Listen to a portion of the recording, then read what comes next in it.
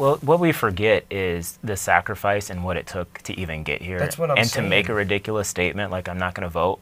Not realizing the level of sacrifice and how many people lost their lives. Yeah. I mean, I was just looking this up, but there was a voting act of 1965 that reduced the age from 21 to 18 just so there could be more people allowed to vote. And back now then people wanted to vote.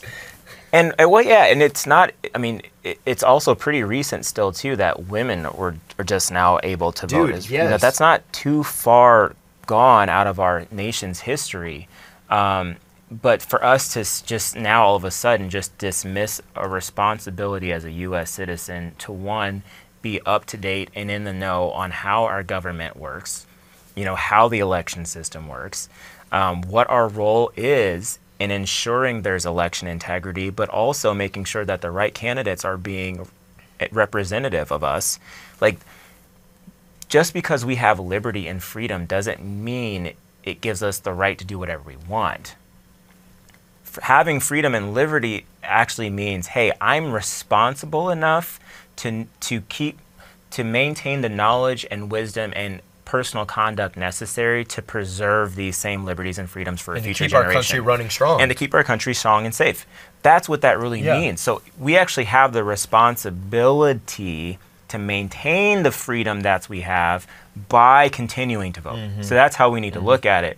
But also I would say, Pastor Matt, why we're so adamant about there not being rhinos or people that are in it for their own personal gain who are representing us is you have to have people that are biblically minded because, like you said, that's how this nation was founded.